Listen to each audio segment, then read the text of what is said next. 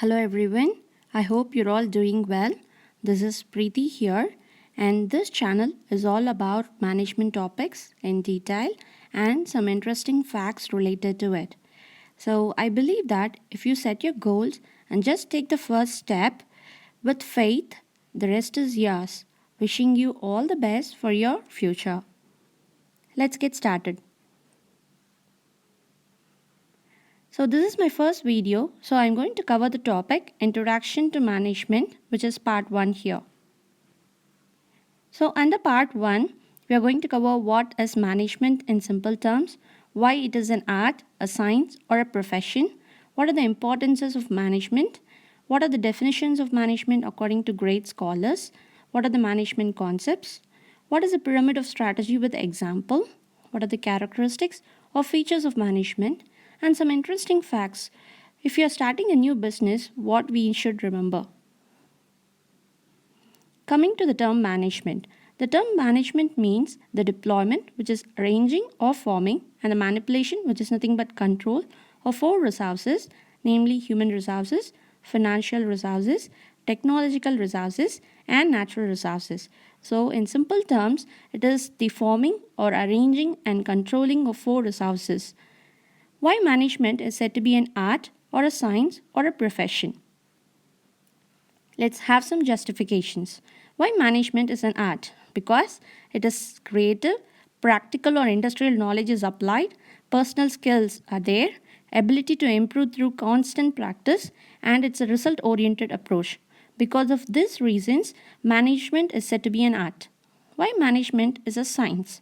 Because it follows universally accepted principles, observation and experimentation, established cause and effect relationship, verified and predictable validity. Why management is said to be a profession? So, ability to render personal service with expertise or specialization in different fields, formal education and training from a recognized institution, code of conduct, which is nothing but ethics, and representative association. Because of these reasons, management is an art as well as a science as well as a profession. Coming to the importance of management. Why the management studies are important? First, it gives the optimum utilization of resources without any wastage. Second is the expansion or diversification of business. Third is the utilization of benefits of advanced science and technologies. Fourth, encourages the initiative and innovation of new products and new methods. Fifth, it motivates the teamwork and it helps the employees to achieve higher goals. Sixth, higher efficiency in terms of higher productivity and higher profits. Seventh, it improves the quality of life of the workers and reduction in labor turnover. Eighth, cordial industrial relations that is outside the company. It promotes the national development of the economy. So these were the importances of management. Coming to the definitions of management. Though everyone can have their own definitions for management, there are some great management scholars who have interpreted the term management in different ways. First, Peter Drucker has termed the management as management is a multipurpose organ that manage a business and managers and workers and work. So, according to F.W. Taylor, who is the father of scientific management, defines management as it is the art of knowing what you want to do and then saying that they do in the best and the cheaper way. According to George R. Terry, management is a distinct process or a different process which consists of all the 5 functions, namely planning, organizing, actuating, and controlling, utilizing in each both science and art, and followed in order to accomplish their predetermined objectives. According to Harold Notes, management is the art of getting things done through others and with formally organized groups. According to Peterson and Plowman, management can be defined as a process by means of which the purpose and the objectives of a particular human group are determined, clarified, and effectuated. According to Mary Parker Follett, management is the art of getting things done through people, that is, people management. Management may be defined as the art of applying the economic principles that underlines the control of men and materials in the enterprise and consideration, which is the definition given by Kimball and Kimball. So these were the definitions of management according to great management scholars. Coming to management concepts. Management as a system of authority. We know that there are different levels of management, namely top level, middle level, and lower level management. In all these management levels, there is a chain of command. That's why management is said to be as a system of authority. Management is a separate discipline or a separate subject because it has its own specializations, namely production management, financial management, personal or human resource management, hospitality management, etc. Management as an economic resource. We know that land, labor, capital, and entrepreneurship are a very important part of production. Management acts as a catalyst and coordinates all these things put into action and increases the higher productivity. That's why management is said to be as an economic resource. Management always works in team. That's why it is said to be as a group. Management is said to be as a process because it involves in social process, it is an integrating process and a continuous process. Management is said to be an activity or roles where informational activity, decisions or decision making activity takes place, and interpersonal activity where the conversation between the manager and the subordinates takes place. That's why management is said to be as an activity. Coming to the pyramid of strategy. This strategy is applied to almost all the companies to live or to be alive in the competitive market. So, coming to the pyramid of strategy, there are activities at the bottom level, objectives, goals, mission, vision, and the core values. Starting from the bottom, let's say action plans. So, how do we know? Some of the actions, owners, the time frames, the resource allocation, and the outcomes of the results determines the activities. Coming to the goals and objectives. So, if I start a company and want to know what is my goal and objective, I may question like how are we going to progress? By planning, goal setting, and sequencing these steps to improve the organization. Third is a mission. So, what do we do? It's like motivation of employees and the purpose of producing a particular product or the purpose of running an organization is determined by using the mission. Next comes a vision. So, what do we do aspires to achieve? It's the hopes and the ambitions of the company is stated as vision. So, core values.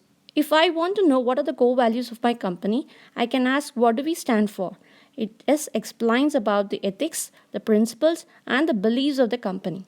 This is all about the pyramid of strategy. Coming with an example for the pyramid of strategy. Let's start from the bottom. Amazon.com's corporate goal statement states that it uplifts the worldwide standards for customer service and customer centricity. Whereas Amazon.com's mission statement states we strive to offer our customers the lowest possible prices, the best available selection, that is, varieties of selection of products, and the utmost convenience in delivery.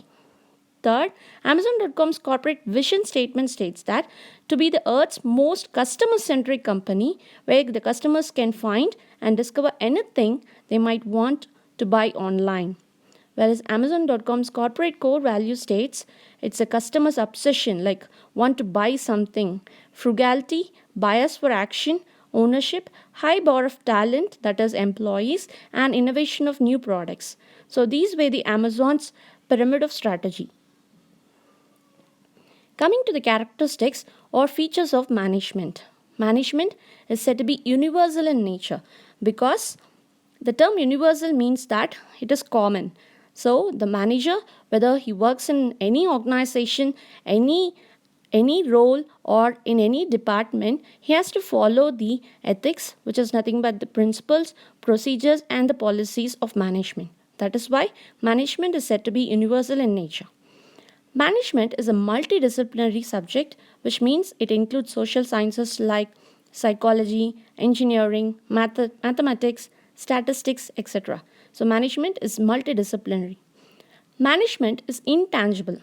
It is abstract and cannot be seen through our eyes, but it can be measured through the quality of service or the quality of high productivity, higher profits or higher efficiency, and the service or the satisfaction of the employees.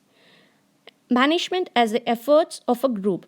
Always management works as a team to achieve their goals. That's why management is said to be efforts of a group. Management is an integrated process because it integrates men, materials, and machine. Management is a dynamic function. Management, you know that the company is surviving in an environment where it always changes, where the external environment always changes. So according to the changes in environment, namely the prices or the demand, market demand, or anything else, the company has to change its own strategies or the plans or the decision making. That's why management is said to be a dynamic function. Management is always goal oriented. It has its own objectives, vision, and mission statements. Management is a continuous process. As long as the business survives, the management will be there. That is, continuous planning, continuous decision making, or continuous financial things will be happening in the management. That's why management is said to be a continuous process. So here comes the interesting fact. If you want to start a new business, just remember few things. First is to start with the simple concepts. Don't get too much complicated with the concepts. Just start with the simple concepts. Focus on the market demand rather than the product first. So you just see what the customers like. Then you go for the product. Overestimate your expenses. So if you want to start a company for 10 lakhs, always estimate for 12 lakhs because due to the change in the prices or change in the demand of the products, the prices may vary or the expenses will go high. So always overestimate your expenses. Form a support team. Whether it may be your family or your friends or your colleagues, just form a support team which will boost you to achieve your goals. Access your business ideas. Doing your SWOT analysis will help you to achieve or access your business ideas. Ready to take responsibilities and understand the commitment of work. So be sure of sacrifices of time, money, etc. and take some responsibilities or understand the commitment of your work before going for business. And use your every opportunity to generate the cash flow. Though it's a small client or a small project, take up for the first time, achieve your goal and do it well. Make up productivity and use that opportunity to generate the cash flow. So along with this, you can go for business plans or organizational structure or trial and error methods. I hope you enjoyed this video. Thank you.